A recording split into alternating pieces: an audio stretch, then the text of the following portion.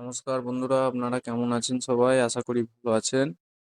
তো আজকে আর একটা ইউনিক টপিক নিয়ে এসেছি।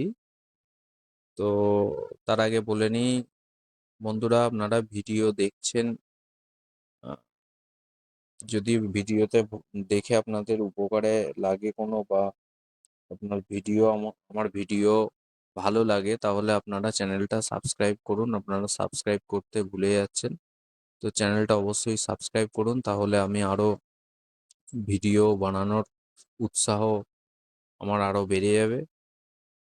তো বন্ধুরা, আজকে এমনই একটা ইউনিক টপিক নিয়ে এসেছি। ভিডিওটা শেষ পর্যন্ত দেখবেন, প্রত্যেকটা পয়েন্ট করে করে আমি দেখাবো এবং প্রত্যেকটা পয়েন্টই কিন্তু খুবই ইম্পর্টেন্ট।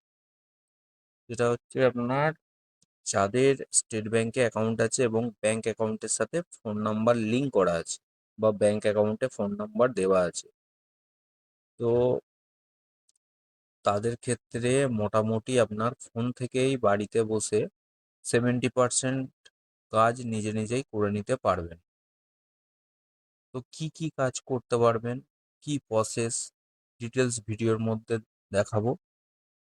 তো ভিডিওটা শেষ পর্যন্ত দেখুন, আমি প্রত্যেকটা পয়েন্ট ডিটেলসে ডিসকাস করব সঙ্গে কনসেপ্টের সাথে। চলুন মেন টপিকে যাওয়া যাক। তো প্রথম পয়েন্ট কি, প্রথম পয়েন্ট হচ্ছে, আপনি এই ফোন নাম্বার যদি আপনার অ্যাকাউন্টে ঢোকানো থাকে, তাহলে আপনি নিজের অ্যাকাউন্টের ব্যালেন্স জানতে পারবেন। ধরুন আপনার অ্যাকাউন্টে মোবাইল নাম্বার ঢোকানো থাকলে আপনি টাকা জমা বা তোলা করলে আপনার মোবাইলে মেসেজ পান, সেটা আলাদা জিনিস। মেসেজ পান সেটা সিস্টেম থেকে দেয়, কখনো কখনো মেসেজ আসে না। কিন্তু আমি যে টেকনিক বলবো, সেই টেকনিকের মাধ্যমে আপনি নিজের অ্যাকাউন্টের ব্যালেন্সটা জানতে পারবেন, বা যে প্রসেস বলবো সেই প্রসেসের মধ্যে আপনি 1 নম্বর পয়েন্টে নিজের অ্যাকাউন্টের ব্যালেন্স জানতে পারবেন। আচ্ছা, 2 নম্বর পয়েন্ট কি?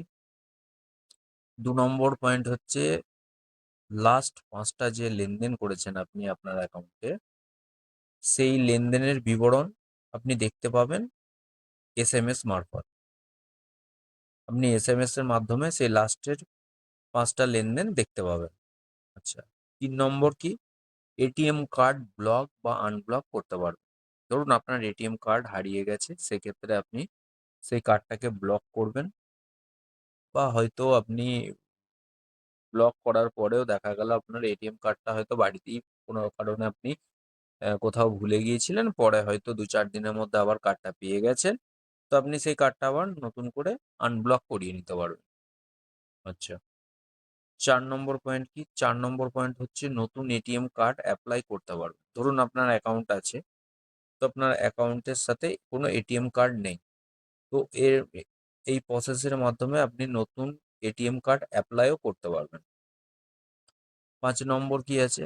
5 নম্বর হচ্ছে, আপনি ইউপিআই, আপনাদের যারা ইউপিআই ইউজ করেন, সেই ইউপিআই আইডি ব্লক বা আনব্লক করতে পারবেন। ঠিক আছে? 6 নম্বর পয়েন্ট চলুন।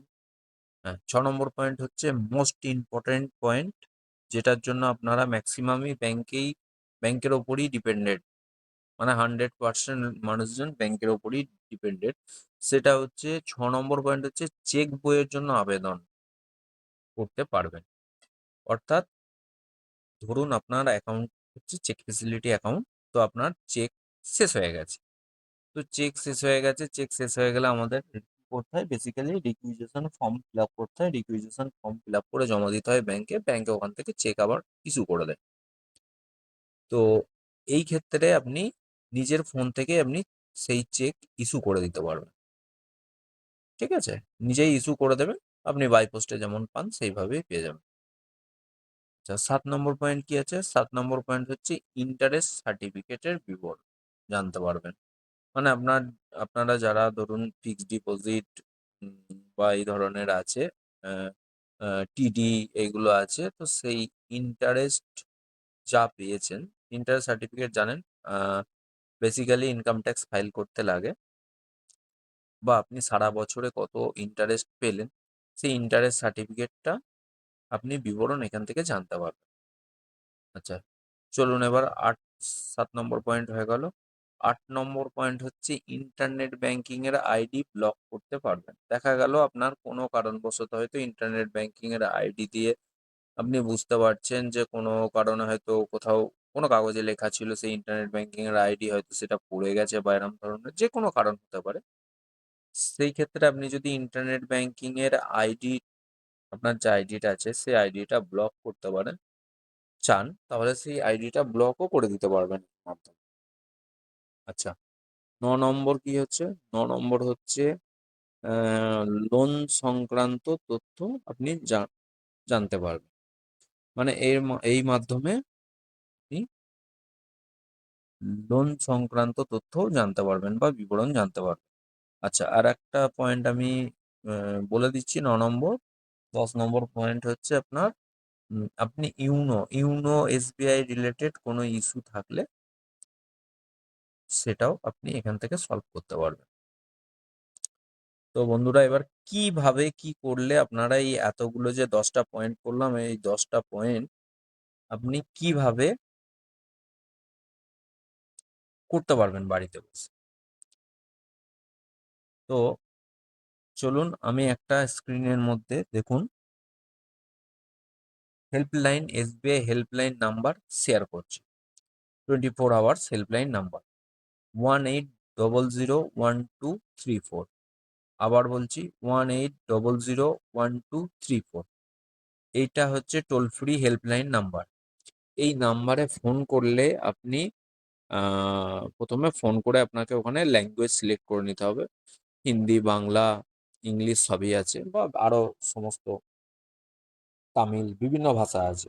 তো আপনি আপনার বাংলা সিলেক্ট করে নেবেন। প্রথমেই দেখবেন 3 নম্বরে বলবে যে বাংলার জন্য 3 প্রেস করুন, তো 3 প্রেস করে দেবেন। তো তারপরে এই যত সার্ভিস আপনাদের যত পয়েন্ট দেখালাম এই সমস্ত পয়েন্ট আপনি এখান থেকে করতে পারবেন। 1 নম্বরেই আছে দেখবেন ওখানে ব্যালেন্স, আপনার অ্যাকাউন্টে ব্যালেন্স জানার জন্য 1 প্রেস করুন বলবে। আপনি 1 প্রেস করবেন, আপনার অ্যাকাউন্টে টোটাল অ্যাভেলেবেল ব্যালেন্স বলে দেবে। এখানে আপনাকে আর একটা জিনিস করতে, আপনি আর একটা জিনিস করবেন, সেটা হচ্ছে পাসবইটা নিয়ে বসবেন। একটা কন্ডিশন আছে সেটা বলে দিই। যদি ধরুন আপনার একই ফোন নাম্বার দুটো অ্যাকাউন্টে ইউজ করা আছে, তাহলে আপনি ওই ফোন থেকে যখন ফোনটা করবেন আপনার অ্যাকাউন্টে ব্যালেন্সটা কোন অ্যাকাউন্টের বলবে।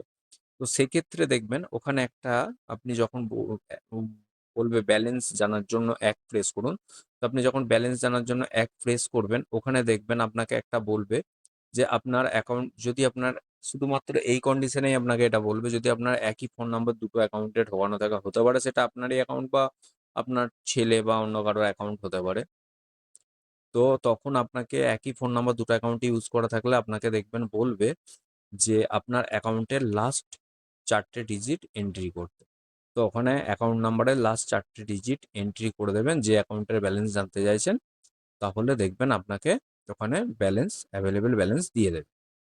এবং এর সঙ্গে আপনাকে দেখবেন তারপরেই বলবে যে এই তথ্য এসএমএস মারফত পেতে, হ্যাঁ, 1 প্রেস করে দিন। তখন 1 প্রেস করে দেবেন, দেখবেন এসএমএস মাধ্যমে আপনার লাস্ট 5টা ট্রানজাকশন মেসেজ এসে যাবে। তো এইখান থেকে আপনি এই সমস্ত যে পয়েন্ট বললাম এই সমস্ত পয়েন্টের সার্ভিস আপনি এখান থেকে পেয়ে যাবেন। তো বন্ধুরা, ভিডিও ভালো লাগলে চ্যানেলটা অবশ্যই সাবস্ক্রাইব করবেন।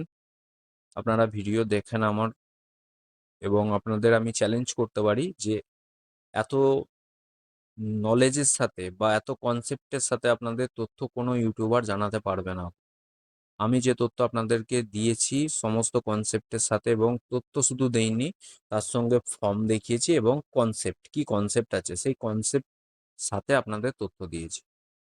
তো বন্ধুরা, চ্যানেলটা সাবস্ক্রাইব করে অবশ্যই সঙ্গে থাকবেন, কারণ আপনারা চ্যানেল সাবস্ক্রাইব করলে বা কমেন্ট করলে তো আমি নতুন ভিডিও বানানোর আরো উৎসাহ পাবো।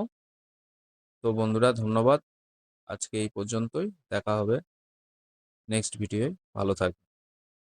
থ্যাঙ্কস।